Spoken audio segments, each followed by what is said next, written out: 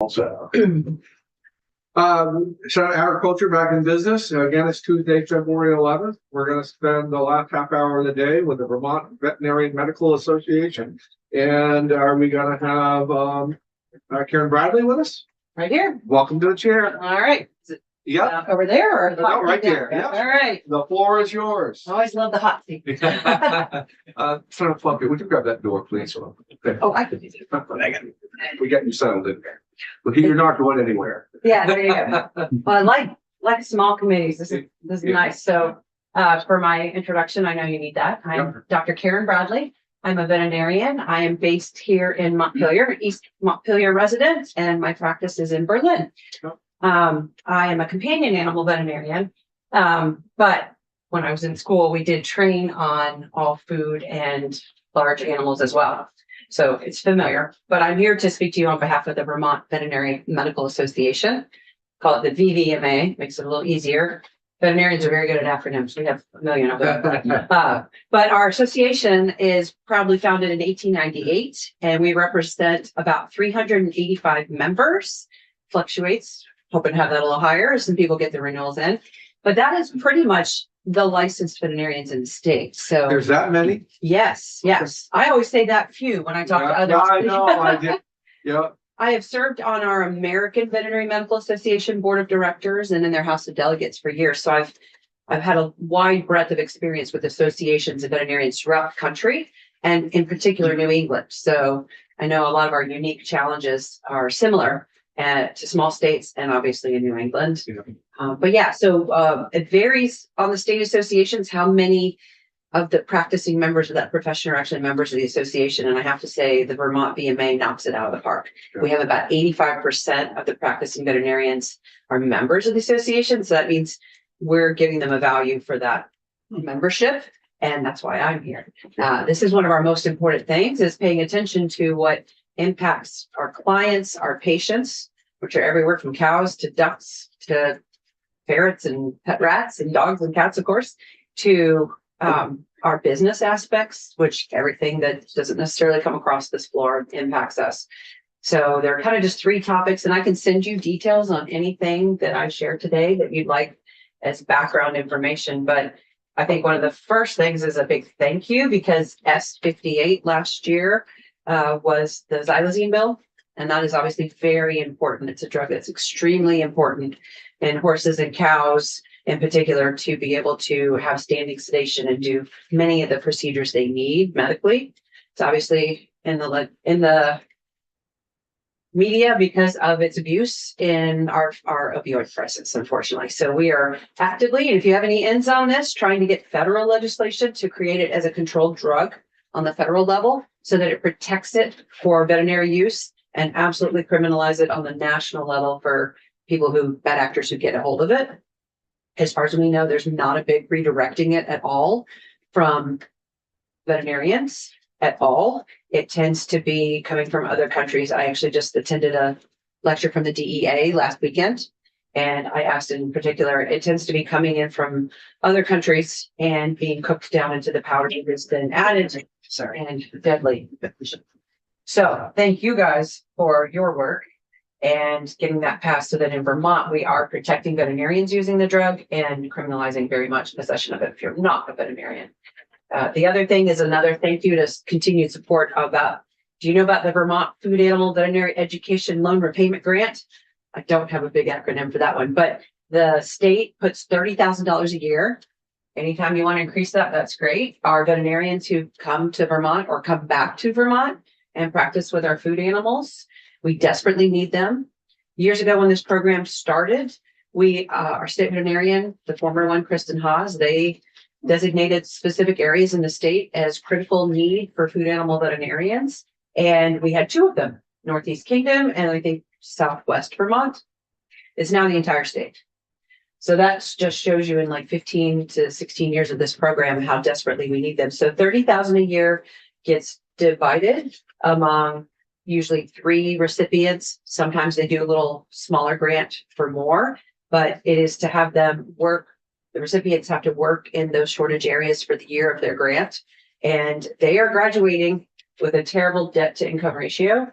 It's not sustainable. They are, most graduate with $180,000 to $280,000 in educational debt, which means they're gonna die with it. It's just the honest truth. It's terrible. So whatever we can do to continue those grants, and every member that our veterinarian I know who's received these, most have continued to practice in food animal medicine, and they have definitely given it credit for their ability to do so. So, and anytime there's a bill that keeps those from being taxed is also important, because if you get a grant and then the state and the federal government takes 30% of it, it definitely diminishes the impact. That's a little outside of the ag. There's no questions on those two, then I want to go to the hottest topic that concerns me, even as a companion animal veterinarian on a daily basis, and that is H5N1 or avian influenza. That should, I think this committee and House Ag should be getting weekly, if not daily, updates from the Department of Health and the Agency of Ag on where our surveillance testing is. An article I just read this morning is that it is widespread in Massachusetts, a very close, large neighbor. So I pulled up the statistics because I got asked this when I talked to House Ag in Vermont, and you can actually look at the USDA website as long as our current president lets it function. Sorry, little chat. About every time there's positive surveillance testing. And so in Vermont, we had 2 in 2022, 1 in 23. December of 24, we had and these are backyard flocks. So you're going to see, I believe, a bill that was introduced in the House on housing layer hens. To my knowledge and the Vermont VMA knowledge, we have no large scale poultry facilities in Vermont. The ones we have tend to be sort of free range, more of your homegrown, even though large, they're not doing these intensive housing systems that bill attempts to address. So something Vermont doesn't have. So we'd love to give testimony of. So we know what large farm animals are. Yeah. What's a large flock in Vermont? Oh, is gosh. it defined, or is it just a? I think more than 1,000 birds for when they have to have these really intensive housing systems, where they're housing many, many birds. There's usually where they're concerned about them being in small cages, like the size of this pad for one hen to lay eggs and spend their entire life. That's usually what those address. And our AVMA and our Vermont VMA have really good statements about what really needs to be paid attention to, the pros and cons of the different housing systems. But yes, unlike states that have large populations of these, we tend to have small ones. Is there a defining line between large and small? There is probably, and I don't have that at my fingertips, but I can get it. I'm sure there's published data, but typically if they're putting probably like 500 birds in one warehouse, that's going to be large. And that is laying birds or meat birds? They can be both. Because Misty Knoll, I think Galvin Way is. Yeah. Yeah, but their housing systems are not what they would consider the intensive farm. That's sort of their claim to fame, and the premium people pay for that meat and those eggs, right? But Yes. any of our industries are gonna, poultry, even the small, the cases we've had in Vermont have been backyard flocks. Like I have in my backyard in East Montpelier, I have 20 birds. We took testimony, is it in Leicester? Is it Maple Meadows? They closed. Oh, they did? Yeah. Okay, yeah, because that was pretty large. And certainly Vermont What is was the, it? I think it's right over the line in Yeah, Leicester. it's right. What was it? Was it Egg lay. egg, Exactly. yeah. Yeah, they supplied quite a bit. And then there was one in Milton. Oh, I know right where they were. They were right on Route 7. Yeah. and I didn't certainly know that. Vermont is a place where those industries could come shopping and try to land a facility. Yeah. That's certainly possible. Because especially with outbreaks like HPAI, what I'm considering is like the more density of birds and bird raising operations. But like right now, how many people can just go to Tractor Supply or, Agway, anywhere and buy chicks, order them through the mail and set up their own in their backyard? So the high contagion of this disease is extremely scary. And the part that affects me the most in the day-to-day practice, besides my little birds in my backyard, are the companion animals. And the biggest thing, the reason I said the Department of Health, is the jump to the human population. We know that there's only been 1 death so far in this country, but there have been at least 68 people ill from this virus, mostly from milking dairy cows. One thing that this committee should pay attention to is we need to be testing and surveillance testing. And we are surveillance testing the milk Right. in Vermont, and we have not had any positive yet. But you know what milk we're not testing? The raw milk. Oh, Robbie. Where people are gonna get this is exposure to raw milk and raw meat, raw But poultry. aren't we testing right out of the bulk tank? Not for raw milk, as I understand it, just for one that's gonna go to Okay, pasteurization. I get what you're saying. Okay. Yeah. So the thing that's the most likely to have the virus that can, and then cats, when I go back to my companion animal, cats are the vector species. They're little virus beasts. When you really look at all emerging human diseases come from animals. And cats have this perfect immune system for a virus to come in and mutate and then become where they could go cat to cat or cat to human. Has not happened yet. One of the most recent strains, though, has that they've detected in milk, has a variation in the genetic sequencing that is one step away from being able to be human to human or cat to human. So we're right there. So when I have cats come in, neurologic, sneezy, can look like so many other diseases that are common. We have to have that in the back of our head. And people do feed raw chicken and raw milk to their cats. But it's obviously an exposure to people too. So I don't know why we would exempt testing for that. We test for rabies in raw milk, I believe, another disease of concern. So they are actually, the Department of Health put it out about a week and a half to 2 weeks ago when people are going, we're having a huge amount of human influenza A right now. Mhm. And urgent care and the doctor's offices probably know someone that's had it recently. And they are now surveillance testing anyone who gets an influenza test in Vermont. They are also sending it in to screen for H5N1 so that we can try to surveillance catch when we are seeing it in humans in Vermont. So it's very scary to me. Do you know, you said that rabies test is raw milk, right?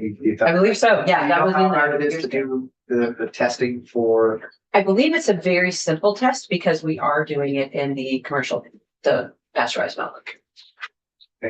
Probably the card tester. Our state veterinarian would definitely be able to answer that. And a good news on this aspect that I just saw this morning too is the federal government just appointed. We did just have a veterinarian appointed to head up the United States Pandemic and Disease Response Program. And he's a veterinarian from Texas who has been instrumental to what we call One Health. One Health is exactly what I'm talking about when we're really paying attention to emerging diseases. Like we right now, the United States, the USDA has geared up a lot of vaccine for HPA1 ready to go when we deem it necessarily, but right now it's depopulating flux. There's been 23 million birds infected with this virus since 2022. That is so many. And we have huge wild bird populations. Salt Lake City, as many as 25,000 of this specific kind of grebe are being found dead at Salt Lake, Michigan. They have thousands of mergansers dead. And then there's a whole flock of Canadian geese that were found dead in Massachusetts that they're processing. All of these we feel like is HPAI. Basically, it gets in the flock and they die. And if they don't die, we have to depopulate. It's terrible. And again, my biggest concern is this being our next pandemic. But to date, we've had no issues. Just some backyard flocks in Vermont, but we have not detected it in our milk yet. One of the reasons may be that we export more cows than we import. And there are states who are already banning importation of cows, lactating or dairy cows right now because of the worry that they would have this virus. and that virus is treatable for the cow? No, they tend to be carriers. So most cows are not sick. They're just the vector for it. They're just passing it. So There might be a few cows, I think, if I misspeak on that. So it's a virus, Yes, runs its course eventually. influenza virus. Well, right now, it will wipe out potentially some of our wild bird populations. Yes, runs through a flock, but then there's no natural immunity to it. They are vulnerable again when you repopulate. has this happened before? There have been surges before, but not on this level. We've known about it for years. When we do our USDA accreditation training, we've been taught about there's a low pathogenic and then the high pathogenic. The big concern is the human jump that we're worried about. Any more good news? I know, let me scare you with that one. But no, I think that in general, that's the scariest. Yeah.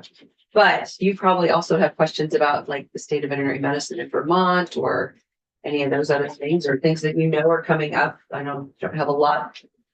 Yeah, The time is yours, but, no pun intended, but I've heard that veterinarians are a dying breed. And it sounds like a big number. I was surprised at the number. yeah, Still not enough.